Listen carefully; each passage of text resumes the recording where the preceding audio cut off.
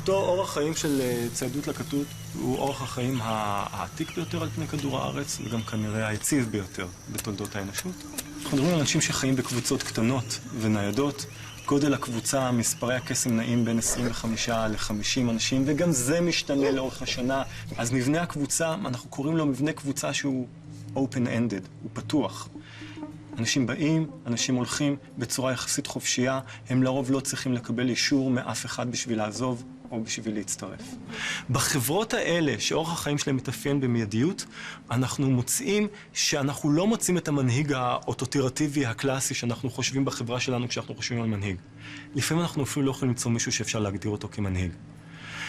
לפעמים יגידו על קבוצה מסוימת, זו הקבוצה של בומן, אבל זו הקבוצה של בומן מפני שפשוט בומן היה הראשון ואליו הצטרפו עוד ועוד ועוד ועוד אנשים. זה לא אומר שבומן יכול להגיד למישהו מה לעשות ואיך להתנהג, אוקיי? המנהיג לא יכול לכפות את דעתו. בחברות הפשוטות של ציידים לקטים, המנהיג לא יכול לכפות את דעתו, הוא לא יכול להגיד לאנשים אחרים מה לעשות, הוא לא נחשב בעל יוקרה, ואולי ההיבט המעניין ביותר של הסיפור הזה. הנהגה בחברות האלה, אם היא בכלל קיימת, היא צומחת מתוך הסיטואציה. אם אנחנו בקלהרי והולכים לצוד ג'ירפה, אז נלך אחרי תומה, כי תומה הוא מבוגר, והוא כבר עבר בחייו כמה וכמה פעמים של צייד ג'ירפה, הוא כבר נכשל הרבה פעמים והצליח הרבה פעמים, ואנחנו נלך אחריו ונקבל את דעתו. אבל כשהצייד מסתיים, תומה לא המנהיג שלנו בהכרח. קשה מאוד להגדיר מהי אותה דעת שרווחת כל כך בחברות של ציידים לקטים. ציידים לקטים הם במידה רבה תופסים את הסביבה כסביבה נדיבה, כקהילה של ישויות חשות ומרגישות.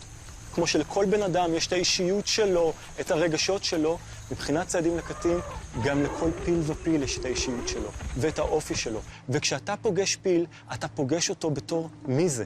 הפיליות של הפיל חשובה, אבל האופי, האישיות הספציפית שלו, זה יהיה הדבר המשמעותי ביותר שיקבע את סוג ההתנהלות שלך, את אופי האינטראקציה שלך עם הפיל הזה. אם נלך להכללה מפה, אפשר להגיד שבעוד שאנשים בחברות חקלאיות, בחברות רועים, בחברות מודרניות, תופסים את הסביבה במונחים של מה? מה זה? זה עץ אלון. מה זה? זה דורבן.